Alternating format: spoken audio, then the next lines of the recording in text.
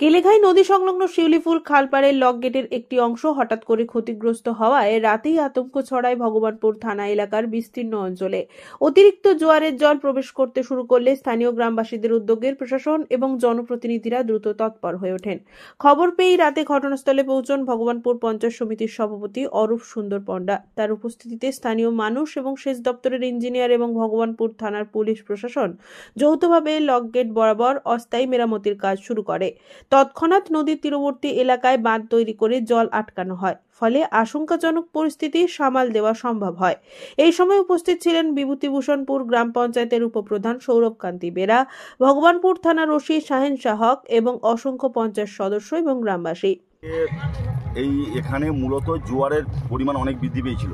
সেই জোয়ারের চাপে লগগটের কিছুটা অংশ ক্ষতিগ্রস্ত হয়ে জল ঢোকা শুরু করে আমাদের শিউলিপুর টু উদবাদাল যে খালটা আছে বেরিয়ে যাবে, জল ঢোকা শুরু করে। আমাদের ওসিদা আছে, ওসিদা প্রথম খবর আমাদের দেয়।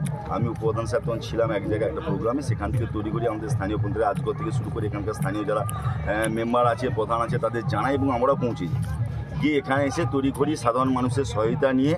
এবং পরবর্তীকালে ইরিগেশন দপ্তর ওসি সাহেবও প্রথম থেকে আমাদের সঙ্গে ছিল। আমরা সামনে জেসিপি নিয়ে এসে সামনে একটা কোর বাঁধ দিই, তারপরে বাকি এর সামনে জল আটকানোর জন্য যা যা করণীয় সবগুলোই কাজ কমপ্লিট করা হয়েছে। অবশ্যই আমি এর জন্য ধন্যবাদ কৃতজ্ঞতা জানাবো এখানকার স্থানীয় মানুষ, স্থানীয় পঞ্চায়েত সদস্য যারা আছেন, যারা কালকে সারা রাত পরিশ্রম করেছেন, আমাদের সঙ্গে সহায়তা করেছেন। আমরাও মানুষের মধ্যে যাতে আতঙ্ক না ছড়ায় সেটার জন্য যতটা সম্ভব দেখার যা যা করণীয় সেটা করেছি। এবং এই মুহূর্তে নিরাপদ, কোনো সমস্যা নেই। ডিএম সাহেব এসেছিলেন, উনিও কথা দিয়ে গেছেন এখানে ফার্দার একটা গেট করে দেওয়া হবে এবং এই খালটা খননের ব্যাপারে উনি পূর্ণ আশ্বাস দিলেন মানুষের চাহিদাকে সামনে রেখে। এবং আমরাও কথা দিচ্ছি যে প্রত্যেকটা মানুষ যে সহায়তা গতকালকে করেছে এবং আগামী দিনে যাতে এটা আর কোনো সমস্যা মানুষের কাছে, ভগবানপুরবাসীর কাছে বা পরাশপুর সব বিস্তীর্ণ এলাকা যেটা এটার উপরে অনেকটাই সমস্যার মধ্যে থাকে, তাদের যাতে সমস্যা না হয় সেটা আমরা দেখছি প্রশাসনের পক্ষ থেকে। এই দিন দুপুরে ঘটনাস্থল পরিদর্শনে আসেন পূর্ব মেদিনীপুরের জেলা শাসক পূর্ণেন্দু মাঝি। তিনি ক্ষতিগ্রস্ত স্থানটি সরেজমিনে পর্যবেক্ষণ করেন, গ্রামবাসীদের সঙ্গে কথা বলেন এবং আশ্বাস দেন যে ক্ষতিগ্রস্ত লক গেটটি দ্রুত উন্নয়ন প্রযুক্তিতে নির্মাণ করা হবে। পাশাপাশি শিউলিপুর থেকে তালতলা পর্যন্ত প্রায় 4 কিলোমিটার খাল সংস্কারের কাজও হাতে নেওয়া হবে। দেখুন, এই ব্যাপারটা ডিএম অফিস জানে, এটা তো আমাদের এক্টের মধ্যে পড়ে না। তো আমরা বারে বারে রিপোর্ট করেছি, তবে এক্ষেত্রে কিছু সমস্যাও আছে, কারণ ওদের নিজস্ব জায়গারও কিছু কাগজপত্র আছে। তো যাই হোক, ওটা তো অ্যাকচুয়ালি ডিএম অফিসের ব্যাপার, ডিএম অফিস ওগুলো দেখে, এটা আমাদের মধ্যে পড়ে না, ইরিগেশন দপ্তর দেখে। ফলে এই বিষয়টা আমাদের বলার কিছু নেই, কারণ এই বিষয়টা আমাদের মধ্যে পড়ে না, এটা ইরিগেশন দপ্তর ডিএম অফিস তারই মধ্যে এই বিষয়গুলো দেখে।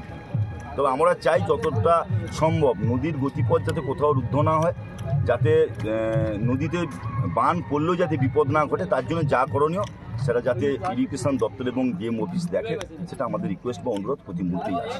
জেলা শাসকের সঙ্গে উপস্থিত ছিলেন মহকুমা শাসক মনোজিৎ যাদব, পটাশপুর ব্লকের বিডিও শান্তা চক্রবর্তী, ভগবানপুর ব্লকের বিডিও বিকাশ নস্কর, সেচ দপ্তরের ইঞ্জিনিয়ার পঞ্চায়েত সমিতির সভাপতি অরূপ সুন্দর পণ্ডা, উপপ্রধান সৌরভ কান্তি বেরা সহ জনপ্রতিনিধিবৃন্দ এবং স্থানীয় মানুষ।